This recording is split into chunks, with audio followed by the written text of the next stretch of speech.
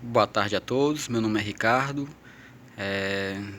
estou no sexto semestre do curso de ensino superior de mecatrônica, né, da faculdade CEPEP, e falando um pouco dessa disciplina de gestão da manutenção. Gestão da manutenção, onde eu escolhi falar, propriamente dito, um pouco além, né, um pouco mais, da manutenção preditiva e suas vantagens, através desse artigo que eu preparei para vocês. Logo ele estará disponível na plataforma, né, para consulta e visualizações. Vamos fazer um resumo bem breve aqui dela, né, que é essa manutenção preditiva tem como base descobrir defeitos em uma máquina de forma antecipada para ter vantagem, né, em relação às outras manutenções, como redução de paradas emergenciais não planejadas, aumento de disponibilidade, grau de confiança, aproveitando assim toda a vida útil dos seus componentes. Aqui tem um texto breve, né, falando aqui rapidamente que existe a manutenção também corretiva, né, onde a manutenção corretiva ela é feita quando o equipamento quebra, né, de forma não planejada, e às vezes o custo dela, o custo do reparo só é possível quando ele é menor do que do equipamento, né? Aí, se não valer a pena, você nem faria. Manutenção preventiva, não está dizendo, ela é preventiva, você vai prevenir uma quebra, e ela é baseada na vida útil dos componentes, onde são trocados com datas pré-determinadas, sendo assim um controle eficiente, né, evitando quebras também inesperadas. E elas procuram usar na preventiva a quantidade também máxima que o equipamento puder suportar, né, o componente, né. Que é a introdução também do assunto, a manutenção preditiva, como eu disse. Ele, entre todos os que eu falei, da corretiva à preventiva, talvez seja o mais caro. Talvez não, é o mais caro. Mas em compensação, se torna o mais econômico e confiável entre elas. Por quê? Porque ela vai diminuir os riscos eventuais de falhas não planejadas. Como assim? Ela vai monitorar, né, regularmente as condições dos equipamentos, onde você pode prever, né, e programar futuras paradas de manutenção, e através de técnicas, né?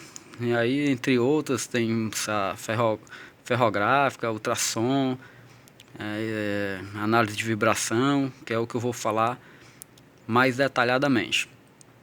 Só a vibração nada mais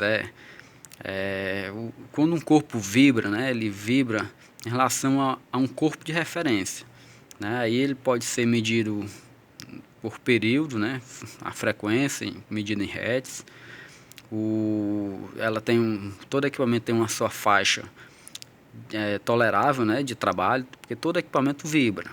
Só que você tem que ter um ponto de referência, e você tem que ter isso muito bem monitorado.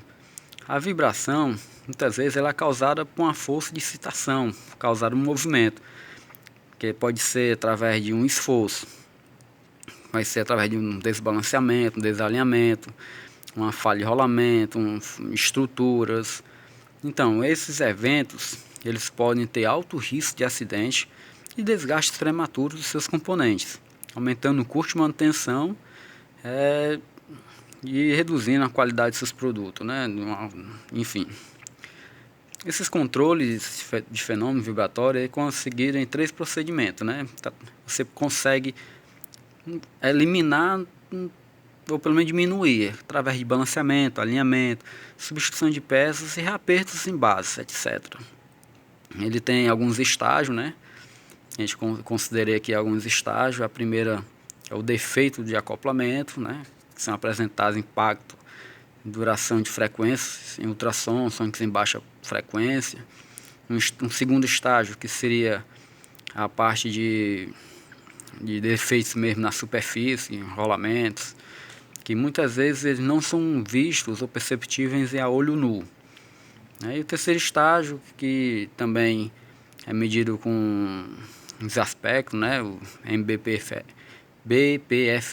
BPFO, que são as pistas internas e externas dos rolamentos, né? E mais abaixo, mais na frente, quando tem esse tipo de defeito, a gente já consegue ouvir o olho humano, né? O ouvido, você ver e ouvir através do olho humano, já é perceptível. Você não precisa de um instrumento propriamente dito para pegar esse tipo de ruído, esse tipo de defeito, né?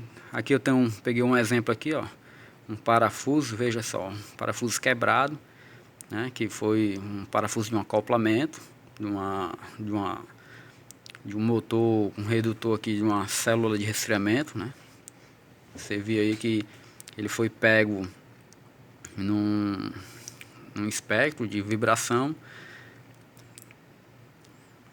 Veja só, o parafuso chegou realmente à quebra, né? Veja só esse acoplamento, ó, tá parecendo uma cedilha. E mais aqui na frente, ó, mostra justamente um gráfico de tendência. Ele vinha aqui sinalizando dentro da faixa de trabalho. Vocês podem observar aqui, ó, que existe uma faixa de trabalho. Ele estava aqui trabalhando dentro da sua faixa de trabalho. Aí quando começou a querer fadigar, ó, começou a elevar os níveis de vibração de tendência, até que chegou aqui num ponto de quebra, né? Começou a trabalhar já seu limite. Aí quando foi feita a manutenção, a troca do parafuso, reaperto, alinhamento, aí ele voltou para os seus níveis normais. Houve uma redução significativa, começou a trabalhar realmente aqui como vinha anteriormente, antes da falha catastrófica, né? Em relação a esse equipamento, não houve danos materiais. Por quê? Porque a preditiva pegou justamente antes de causar realmente a quebra, né, do equipamento. Foi parafuso. Esses parafusos, posso dizer que são dos menores custos possíveis, né, antes de ter uma falha realmente catastrófica. Mais na frente a gente pode observar aqui os gráficos, né. Aqui, só para você ter uma ideia, quanto economizou. Nesse aqui eu trouxe a economia. Porque um equipamento desse parado, né, quando um equipamento desse quebra, com uma torre de resfriamento propriamente dito, ele vai aumentar a temperatura. E quando aumenta a temperatura de um equipamento desse, ele vai ter perca na geração. Se você olhar aqui, ó, ele chega a perder 1 megawatt só de temperatura no condensador de uma turbina a vapor. Só para vocês terem uma ideia.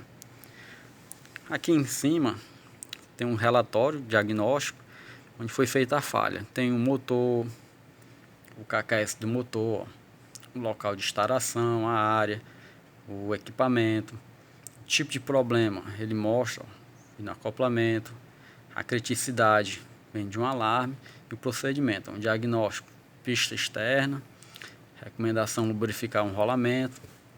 Muitas vezes, a própria emissão do relatório, a gente faz uma coleta de sinais no equipamento desse, de vibração, ele envia uns relatórios, né? Um relatório com as recomendações.